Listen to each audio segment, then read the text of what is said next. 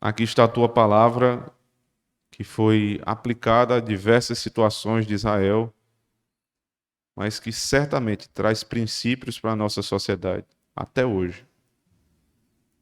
Senhor, que ela possa ser exposta, aplicada, explicada, Senhor Deus, aos corações da tua igreja na nova aliança.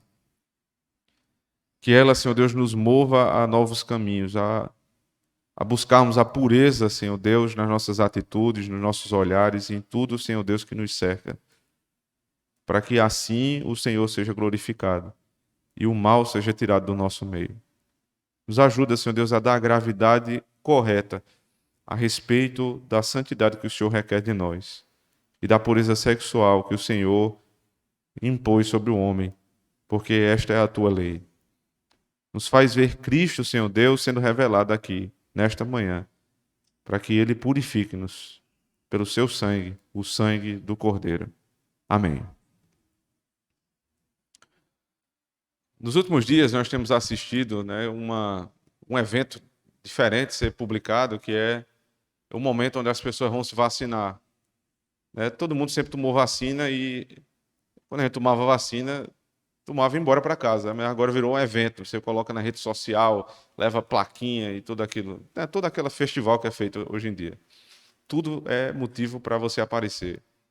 E aí, num desses vídeos, na verdade, eu já vi dois deles, um homem, né, não é uma criança, um homem, com idade já está casado, provavelmente casado, um deles, a mulher aparece ao lado dele.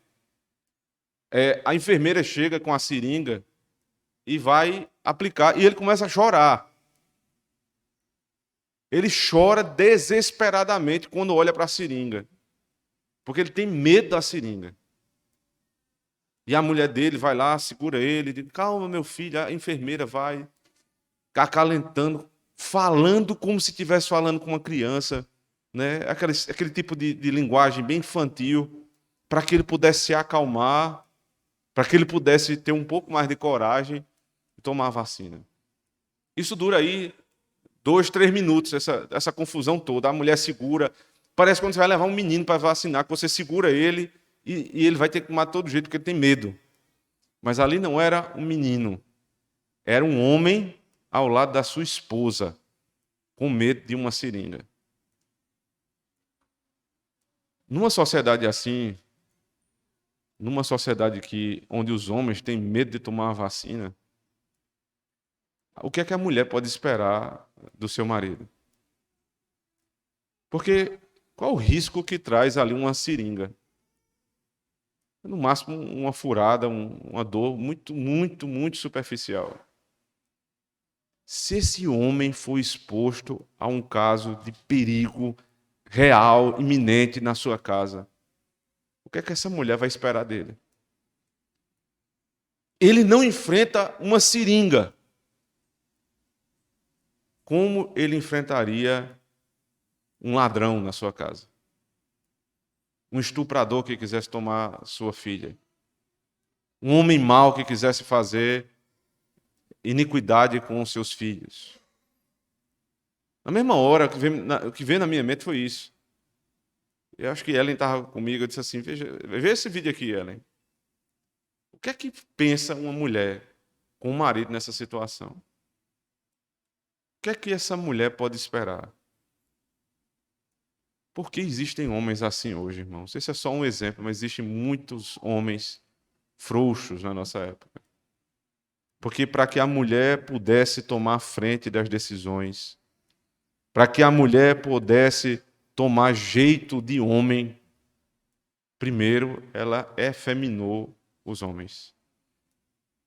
O movimento feminista, que não é feito apenas por mulheres, mas ele tem, via de regra, homens envolvidos, homens maus envolvidos, eles têm por finalidade principal deixar os homens cada vez mais parecidos com mulheres e mulheres mais parecidas com homens. E assim você toma a sociedade. Você toma a igreja. Os homens da igreja já não são mais os mesmos. Eles têm medo, por exemplo, de enfrentar o casamento. E eles dizem, eu não sei se eu estou pronto ainda, um homem de 30 e tantos anos, não sei se eu estou pronto ainda para enfrentar um casamento.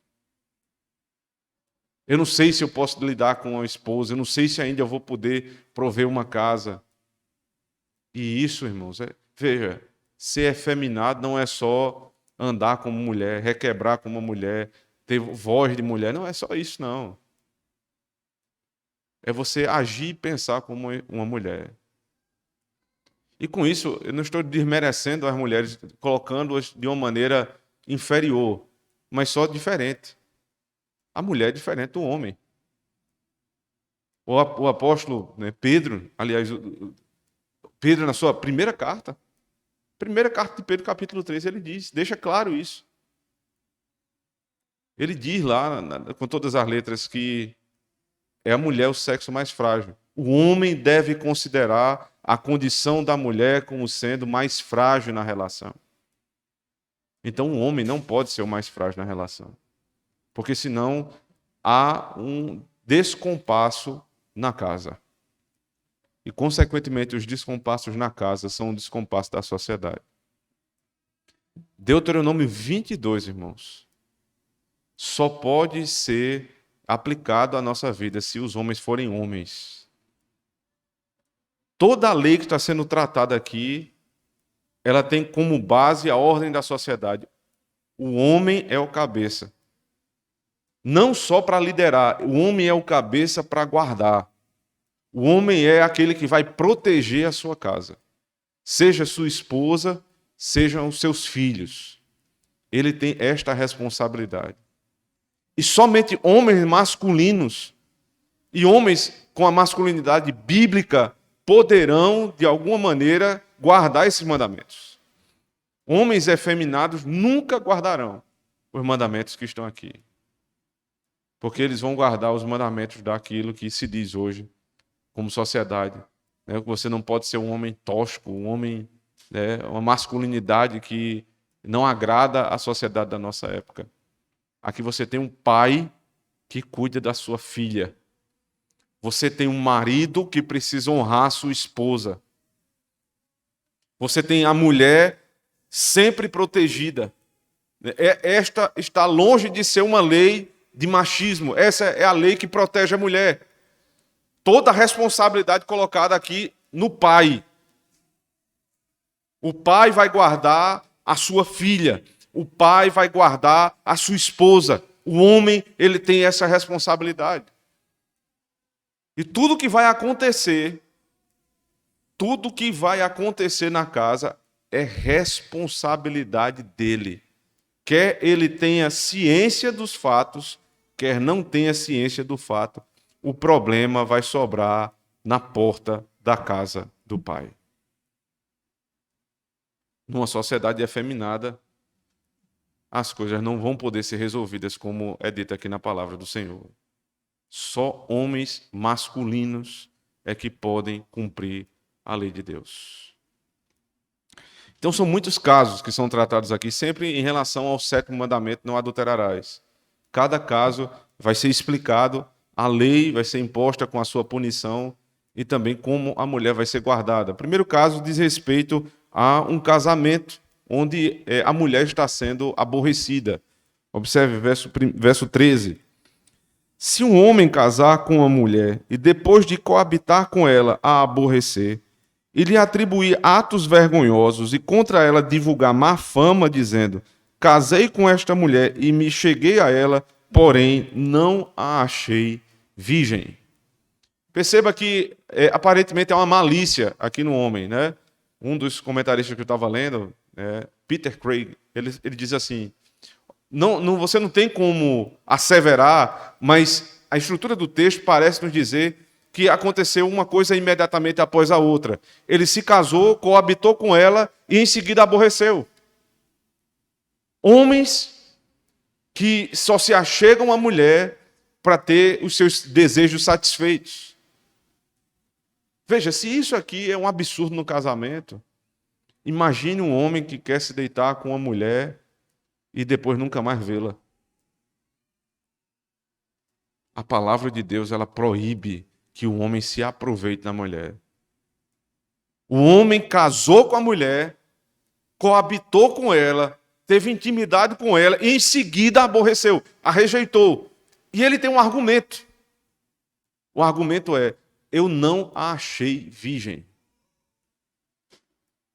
Veja, isso era argumento para se separar.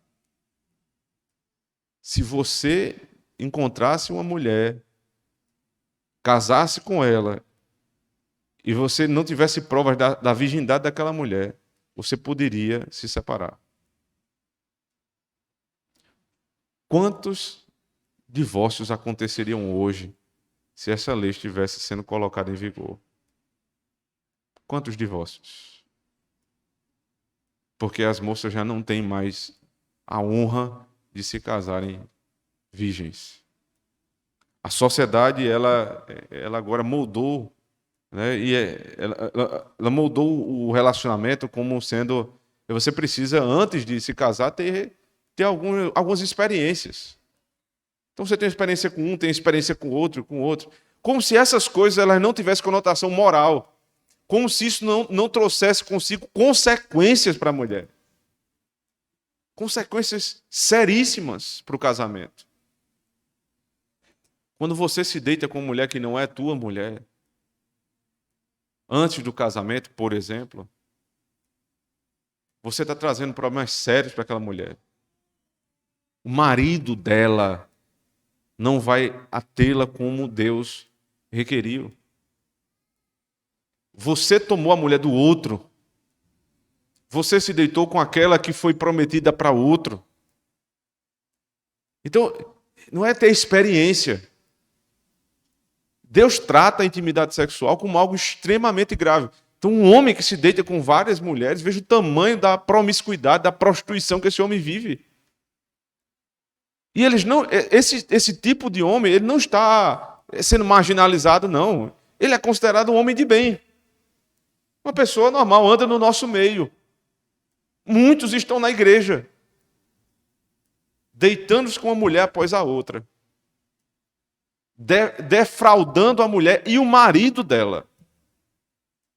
Não é só a mulher, defraudar a mulher e o marido dela. Então ele diz: não achei virgem. Aí agora o caso vai tomar publicidade.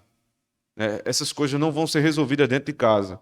O verso 15 diz assim: então o pai da moça e sua mãe tomarão as provas da virgindade da moça e as levarão aos anciãos da cidade à porta. Quem vai resolver o problema? Não é ela. Veja, o feminismo diz: meu corpo, minhas regras. Quem vai te defender quando alguém te defraudar? Você. Você não tem força para isso. É seu pai que vai te defender. É seu pai. Deus te deu um pai para te defender. Então, irmão, se ele tem responsabilidade para te defender como mulher solteira, é porque ele tem autoridade para dizer o que você faz e o que você não faz. Porque seria impossível cumprir uma responsabilidade se eu não tenho autoridade. Se você diz: eu faço o que eu quero porque eu já sou grande, aí o problema, quando acontece um caso como esse na sua vida, quem vai lhe proteger? Porque quem protege é quem tem autoridade para dizer o que você faz e o que você não faz. Então, moça, não adianta você ter 20 anos, 25 anos, 28, 30 anos. Se você está debaixo da autoridade do seu pai ainda, você precisa se submeter a ele. Não é a idade que vai dizer quando você tem independência. Você nunca vai ter independência plena. Porque ou você vai estar debaixo da autoridade do seu pai ou debaixo da autoridade do seu marido. O pai da moça e sua mãe. Veja agora, a honra da casa está sendo atacada. Quem vai me defender? O meu pai e a minha mãe. E eles vão para onde? Eles vão bater boca com a outra família? Não. Observe, o texto diz assim: eles levarão aos anciãos da cidade à porta. Eu já vi discussão dentro de igreja a respeito do casamento ser público ou não. O fato de darmos publicidade ao casamento, de termos que nos casar num cartório. Alguém disse, cartório? Cartório é invenção do homem. Nós nos casamos, nós mesmos aqui, nós nos ajoelhamos, oramos e casamos. Ora, quem instituiu o casamento foi Deus. Quem trouxe Eva para Adão foi Deus, ele a entregou. E foi o Senhor que celebrou aquela união. Aquela união ela foi pública. A Trindade estava ali. Adão disse em alta voz, esta é osso dos meus ossos e carne da minha carne. Chama-se a varoa, porque do varão foi tomada. E ali o Senhor sela, dizendo, os dois se tornaram uma só carne. Foi consumado o casamento. Foi feita uma promessa, consumado o casamento, publicamente. Deus faz a família, e as famílias, juntamente com o Senhor, instituem o Estado, e esse Estado vai celebrar aquilo que é próprio da esfera da criação, o casamento. Por isso que os ímpios se casam também. Eles vão se unir publicamente. Então, quando há um problema, a nossa confissão de fé diz, não se vai resolver nas quatro paredes de uma casa um problema de separação. Tem que ser levado à igreja, tem que ser levado ao magistrado civil. Agora está nas portas da cidade. E aqui você perceba, o problema que está na minha casa, aparentemente somente ali naquilo que é privado, agora ganhou as portas da cidade, onde ficavam os juízes da cidade. Sabe por quê? Porque os pecados da nossa casa, irmãos, eles podem manchar a terra que nós vivemos. A maldição não cai sobre só a tua casa, a maldição cai sobre a igreja e sobre a cidade. O pecado que você comete no teu quarto, ele não fica ali, ele mancha a cidade, a terra onde você vive. E os pais vão lá tentar defender nas portas da cidade a honra da sua casa, a honra da sua filha, porque a reputação de um filho, irmãos, é a extensão da reputação dos pais. Assim como o orgulho que nós temos dos nossos filhos, quando nós vemos nossos filhos cantando a palavra do Senhor, orando, lendo a palavra, tendo prazer nas coisas de Deus, isso nos dá muito orgulho. Como nos dá muita vergonha quando eles desobedecem à lei do Senhor. A reputação dos nossos filhos é a nossa própria reputação estendida. Então, o caso vai ser levado aos anciãos da cidade. E aí, veja, quem vai? O pai e a mãe. O pai e a mãe. Mas quem vai dar a prova? Verso 16. O pai da moça dirá aos anciãos. É ele que fala pela casa. A mãe está acompanhando, mas quem fala pela casa é o pai. O pai da moça dirá aos anciãos, dei minha filha por mulher a este homem. Ele está presente lá. Porém, ele a aborreceu. E eis que lhe atribuiu atos vergonhosos, dizendo, isso que é a vergonha, não achei virgem a tua filha. Todavia, eis aqui as provas da virgindade da minha filha. E estenderão a roupa dela diante dos anciãos da cidade. Ele guardava consigo as provas da virgindade da sua filha. Há uma discussão muito extensa aqui a respeito de quais são essas provas. Talvez as teses mais factíveis sejam. Uma é a possibilidade dos pais guardarem, no período em que a mulher estava para se casar, quando ela estava desposada, um pano com o sangue da menstruação da mulher, para mostrar que ela não estava grávida. Ou seja, no período em que ela estava para casar, ela estava ainda tendo as suas regras. Então, ela não podia estar grávida. Se ela não estava grávida, é porque realmente ela era uma mulher virgem. Então, essa é uma possibilidade. E a outra era o pano da consumação do ato, no dia do casamento. O ímen foi retirado e ali desceu o sangue. O pano era entregue ao pai.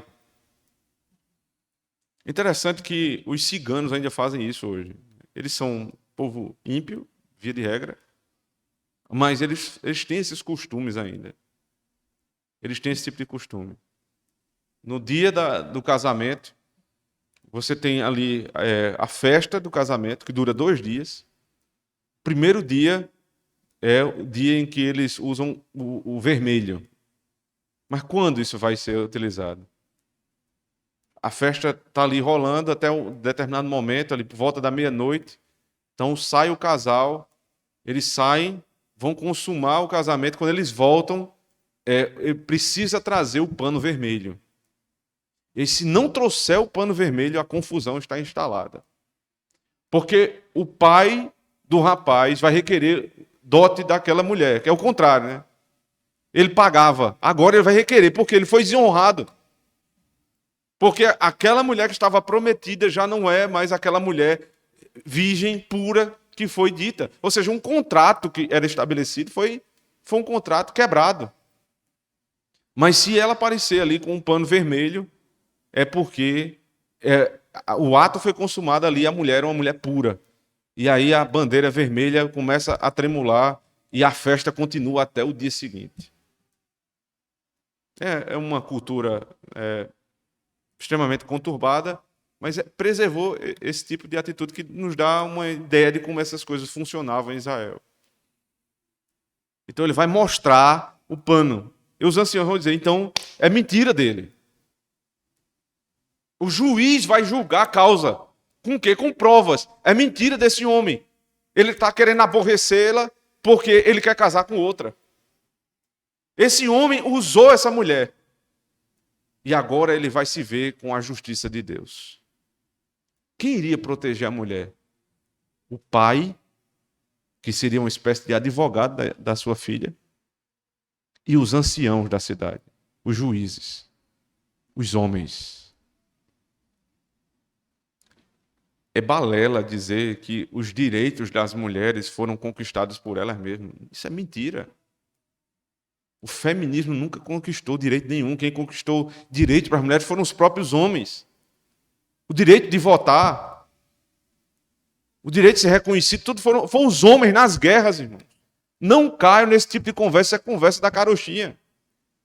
Os homens foram para as guerras e conquistaram a nossa liberdade. A liberdade que temos hoje no Ocidente foi conquistada pelo sangue de homens. E onde estavam as mulheres? Cuidando da casa e dos filhos, que é a sua missão. Os homens defendem as mulheres, não é porque existem homens cafajestes, homens que desonram a masculinidade, que a masculinidade em si está errada. Os anciãos, os pais, eles é que cuidam da honra das mulheres. Então, verso 17. E diz, atribuiu atos de vergonha, dizendo, não achei virgem a tua filha. Todavia, eis aqui as provas da virgindade de minha filha. Estenderão a roupa dela diante dos anciãos da cidade, os quais tomarão o homem e o açoitarão. E o condenarão a 100 siclos de prata e o darão ao pai da moça, porquanto divulgou má fama sobre uma virgem de Israel. Ela ficará sendo sua mulher e ele não poderá mandá-la embora durante a sua vida. Veja aqui qual é a punição. Foi comprovado.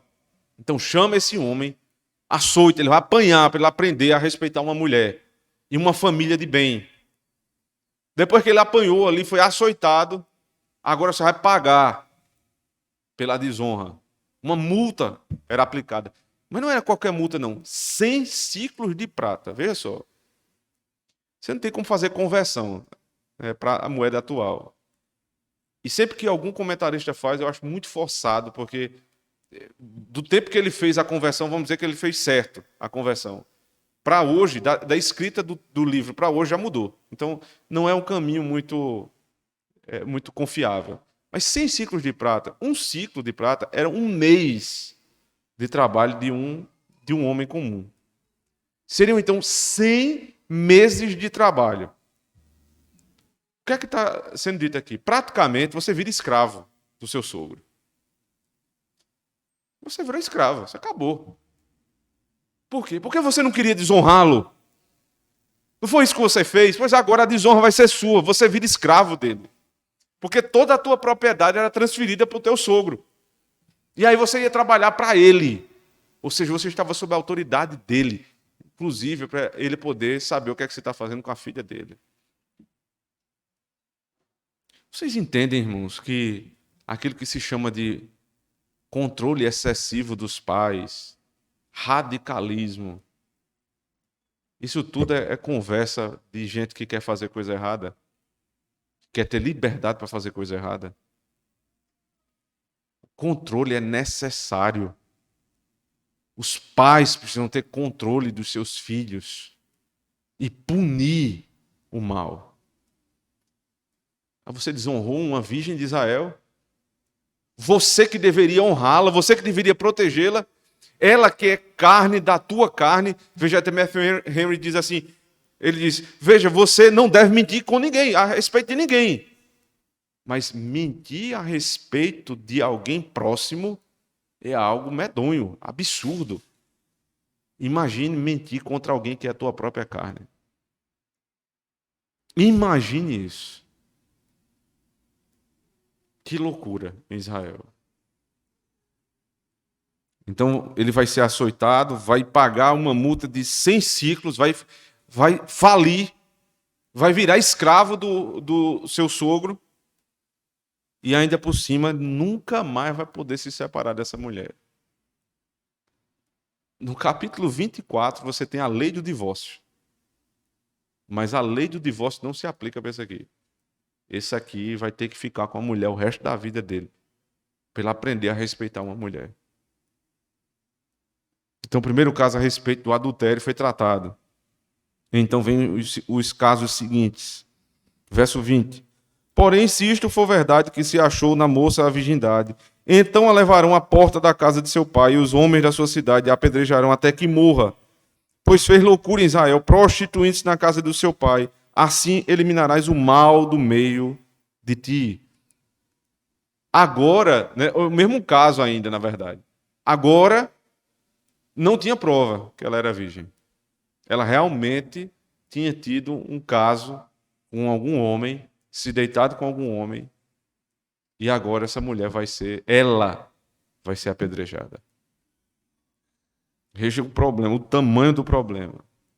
E eu queria chamar a atenção aqui dos irmãos para o lugar onde ela vai ser punida. Verso 21. Então levarão à porta da casa do seu pai. Onde foi que ela cometeu essa loucura? Nós não sabemos. Pode ter sido em casa? Pode. É muito difícil que tivesse acontecido em casa. Mas provavelmente foi em outro lugar. Mas não importa. A lei não leva em consideração se o pai sabe, se o pai não sabe. Ela não se preocupa com isso. É o fato. Qual é o fato? Essa mulher se casou e não era virgem. O que deve ser feito com ela? Apedrejamento. Aonde ela vai ser apedrejada? Na porta da casa do pai. Sabe por quê? Você que é pai e mãe e pensa assim, meus filhos já estão grandes. Isso aqui não tem mais nada a ver comigo, não. Ele é solteiro ainda, ela é solteira ainda, mas tão grande, então dê conta da sua vida. Isso é um pensamento mundano. Porque no final das contas, o problema roda na cidade inteira e volta para a porta da tua casa. A vergonha vai ser na porta da tua casa. A mulher, a moça que foi defraudada, o homem deixa aquela mulher, a família, os amigos, a sociedade fica sabendo daquilo que aconteceu e ela volta para onde? Ela volta para a casa do pai. E o pai vai ter que ser um homem desonrado a partir dali. A vergonha que esse homem vai passar. Então, irmãos, veja, ela que vai morrer porque ela que pecou. Mas quem vai sofrer a vergonha é você, pai e mãe. Porque a porta daquela casa vai ser lembrada sempre. Ali é uma família que desonrou a lei de Deus. As pessoas passariam na frente e lembravam daquela cena da mulher sendo apedrejada na porta da casa daquele homem. Que vergonha. Só que hoje as coisas são diferentes. Agora, o pai abre a porta da sua casa, deixa sua filha e o namorado, seu filho e o namorado entrarem e prepara um quarto para os dois se deitarem dentro da sua casa. Não é que ele não sabe, não. Não é que ele foi negligente, não. Ele ativamente preparou todo o caminho para que aquilo ali acontecesse. Aí você diz, não, mas eu não faço isso, não. Eu não faço isso de jeito nenhum. Mas você deixa seus filhos viajarem sozinhos com a sua namorada. Ah, não, mas vai com um amigo. Me diga uma coisa. A responsabilidade sobre a tua filha é do amigo dela ou é sua? É do pai de um amigo ou da amiga dela ou é sua? Quem vai passar a vergonha é ele ou você? Se você tiver um mínimo de cuidado, você não vai deixar. Você não abre a porta da sua casa para que eles se deitem juntos, mas você deixa ela entrar na porta do carro do seu namorado para sair de noite, para ir para a festa, para se encontrar com os amigos. É você que abre a porta. É você, pai. Ah, mas é porque a gente não pode ser muito radical, porque senão os filhos vão ficar traumatizados. Então você vai brigar com a lei de Deus.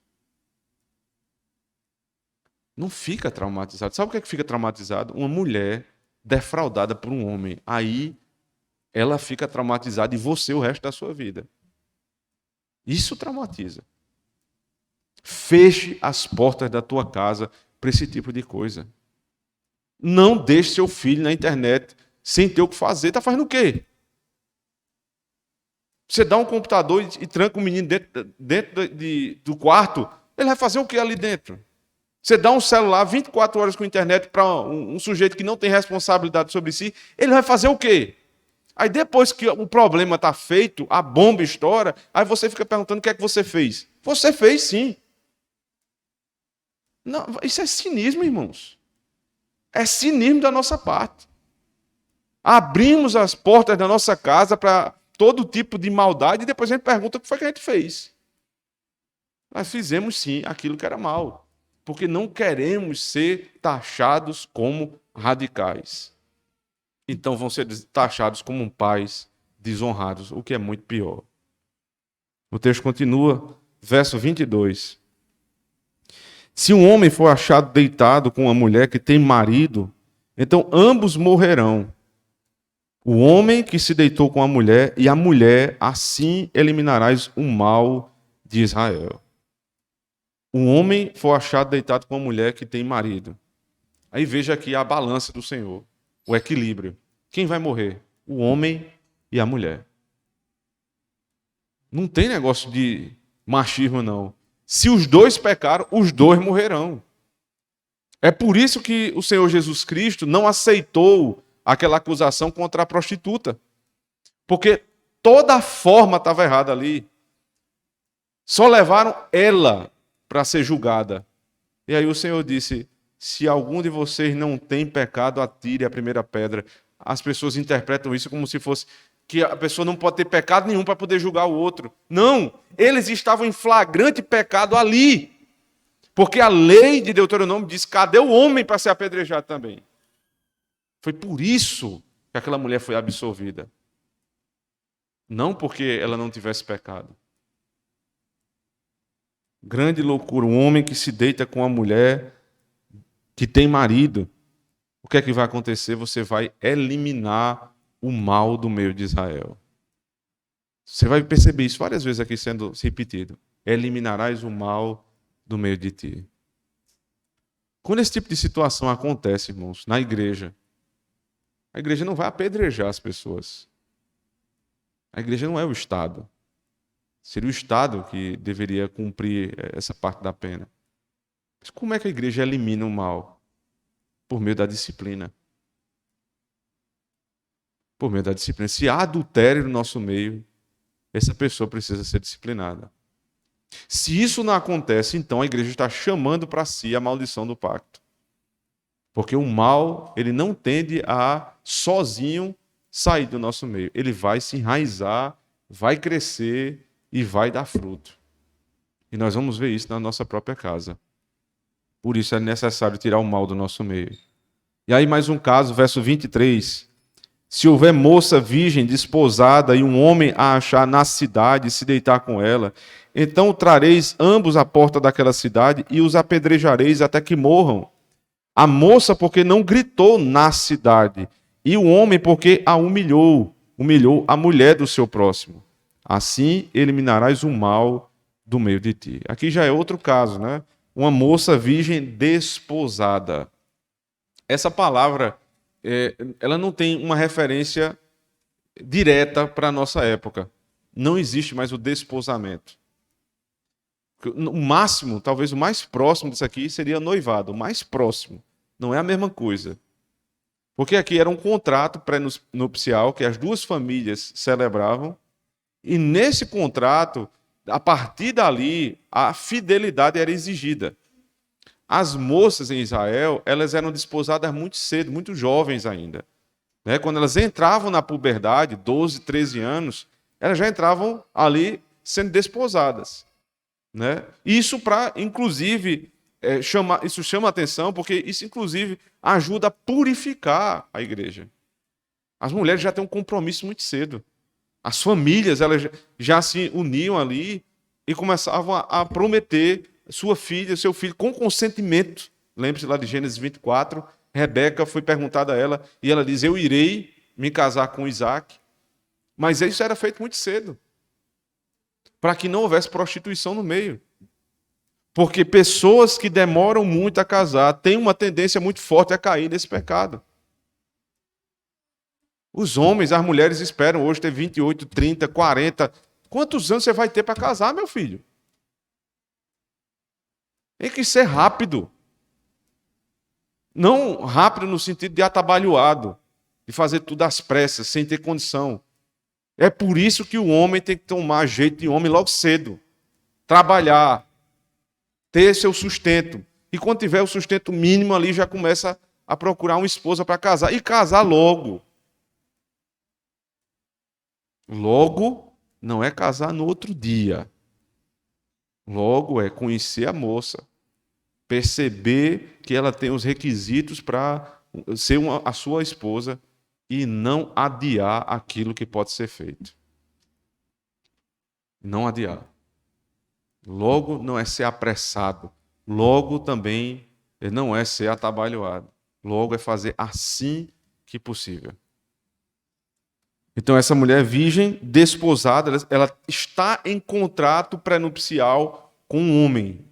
E ela se deita com outro homem. Aí o texto vai fazer a distinção aqui, na cidade e fora da cidade. Por que na cidade e fora da cidade?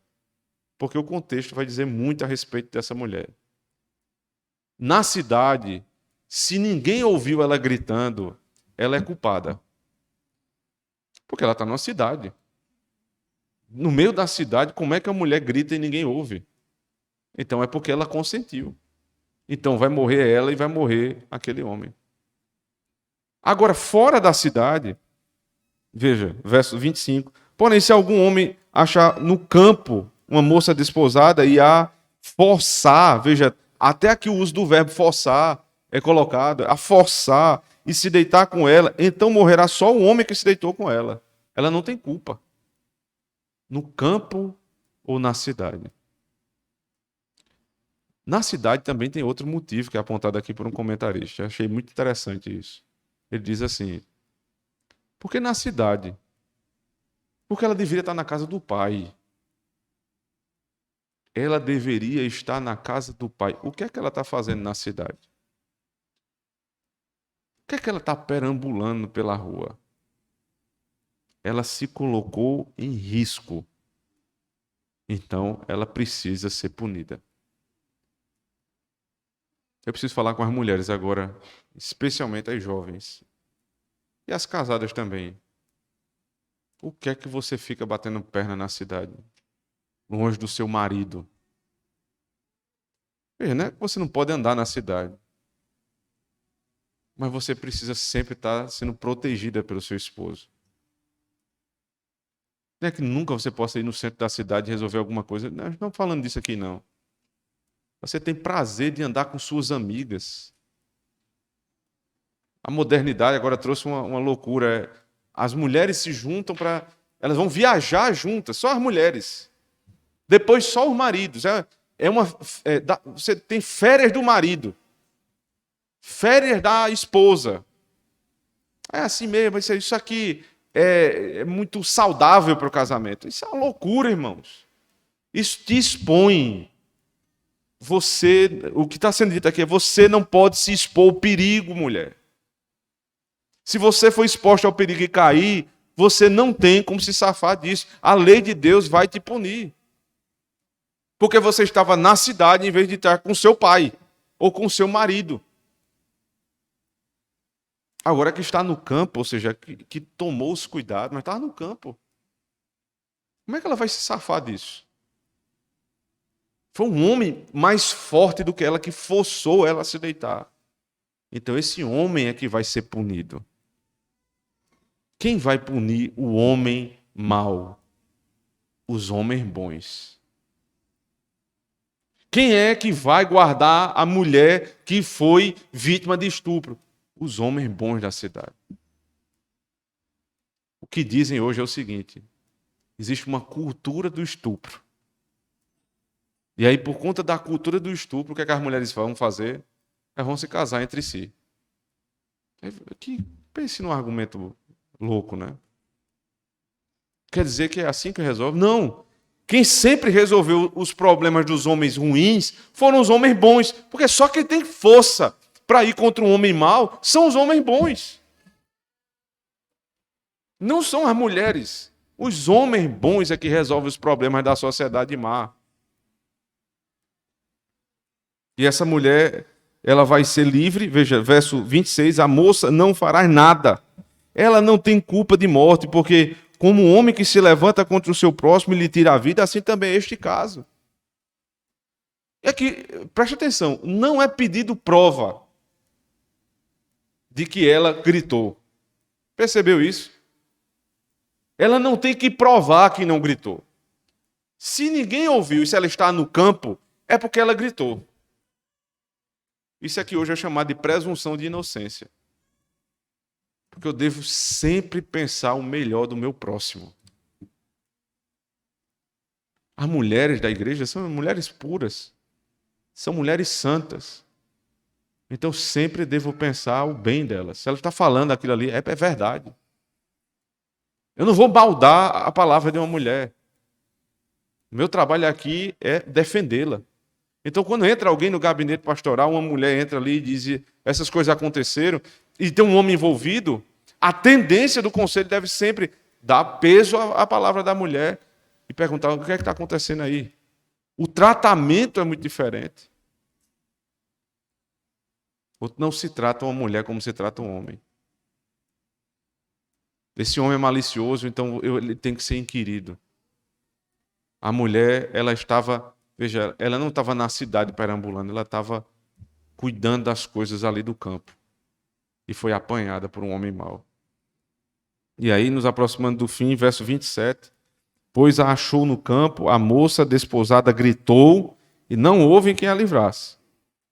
Verso 28, se um homem achar a moça virgem que não está desposada e a pegar e se deitar com ela e forem apanhados, então o homem que se deitou com ela dará ao pai da moça 50 siclos de prata, e uma vez que a humilhou, lhe será por mulher, não poderá mandá-la embora durante a sua vida. Agora é um homem que acha uma mulher que não está desposada. Veja, ela nem é casada, nem está compromissada com ninguém. Então, por que se deitar com essa mulher ainda traz uma multa? Porque ela tem compromisso com o pai dela. Ela tem compromisso com o pai dela. O que é que vai ser feito quando um jovem solteiro se deita com uma mulher solteira? Ele vai pagar 50 ciclos de prata. Veja, metade da primeira multa. Mas ainda é muita coisa. Veja, se na primeira era toda a tua renda, nessa é metade da tua renda. Então, teu patrimônio, a metade foi-se embora.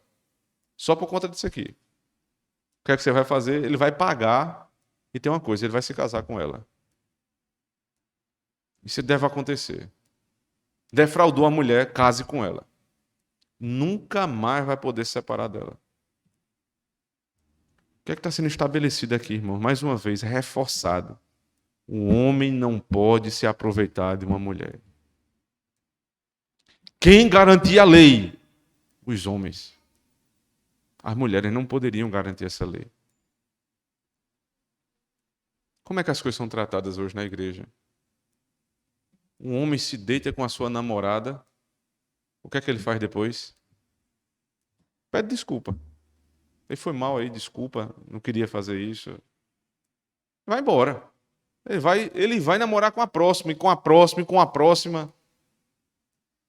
A lei de Deus diz, ele vai casar com ela. Ele vai pagar a moral que foi defraudada do seu sogro. Ele vai ter que restituir de alguma forma, nem que seja com dinheiro. Para ele sentir na pele o que é a honra de uma mulher. A desonra de uma mulher.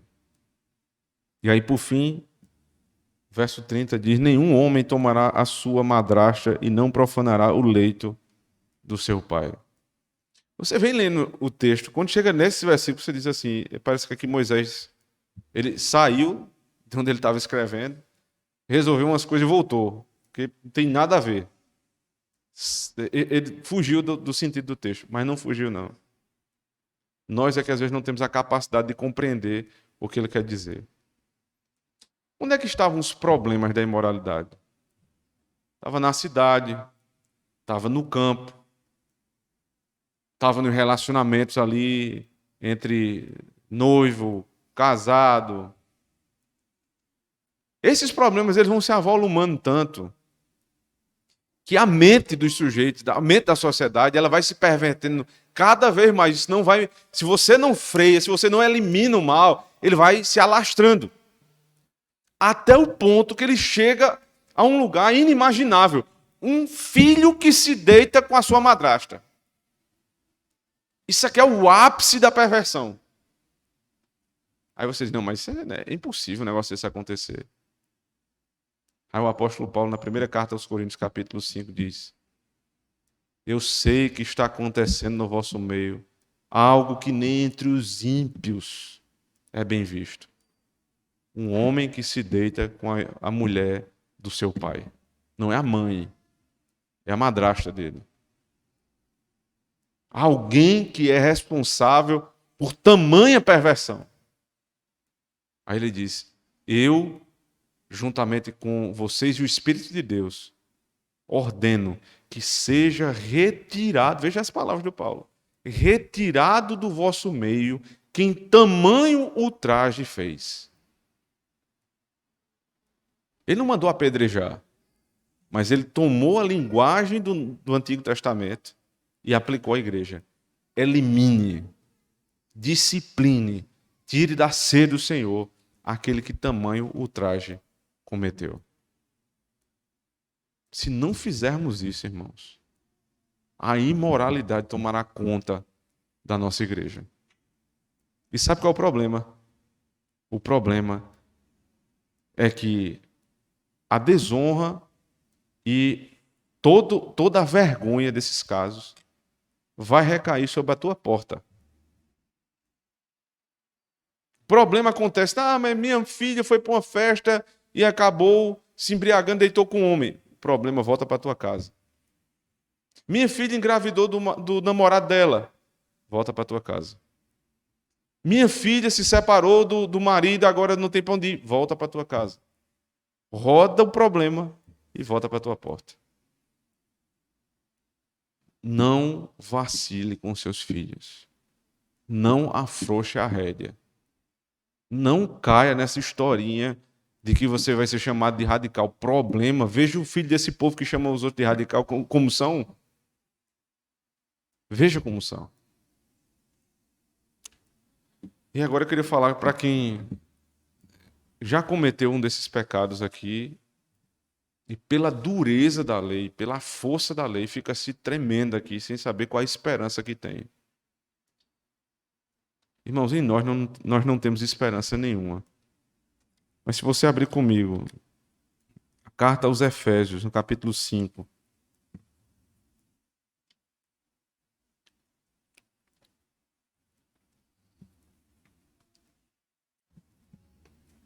A partir do verso 22 diz assim: As mulheres sejam submissas ao seu próprio marido como ao Senhor. Porque o marido é o cabeça da mulher, como também Cristo é o cabeça da igreja, sendo este mesmo o salvador do corpo. Como, porém, a igreja está sujeita a Cristo, assim também as mulheres sejam em tudo submissas ao seu marido. Aí vem um debate dentro da igreja. Porque isso é coisa de antigamente, isso não está mais em vigor. Minha irmã, o fundamento desta lei é justamente a responsabilidade que o marido tem. Porque se ele tem responsabilidade sobre você, ele precisa ter autoridade. Como um pai, para ter responsabilidade pelos problemas dos filhos, tem que ter autoridade. Então não tem discussão aqui. Sejam submissas aos seus próprios maridos, como ao Senhor. Que é uma referência, a igreja é submissa a Cristo. Aí ele diz agora, verso 25: Maridos, amai vossa mulher como também Cristo amou a igreja e a si mesmo se entregou por ela, para que a santificasse, tendo-a purificada por meio da lavagem da água pela palavra, para a apresentar a si mesmo igreja gloriosa, sem mácula, nem ruga, nem coisa semelhante, porém santa e sem defeito. Você que já foi defraudado, você homem que já se deitou com uma mulher que não é a sua, você precisa primeiro se arrepender dos seus pecados.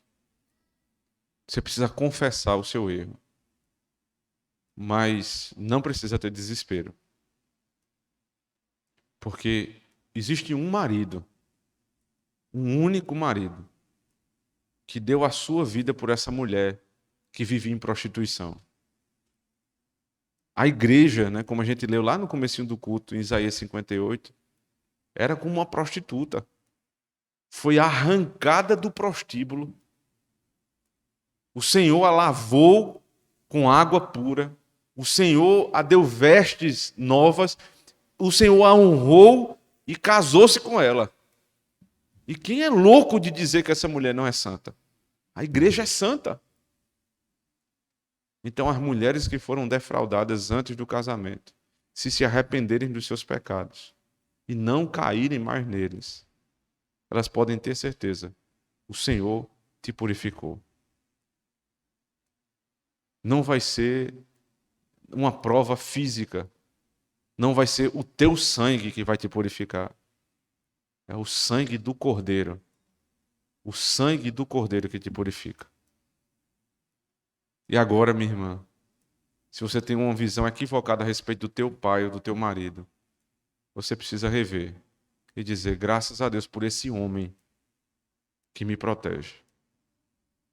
Mas se teu pai, né, pelas loucuras da nossa época, te expõe aos perigos da cidade, como foram citados aqui, se ele te expõe, então você respeita seu pai em muitas coisas. Nisso aí, mais vale obedecer a Deus do que aos homens.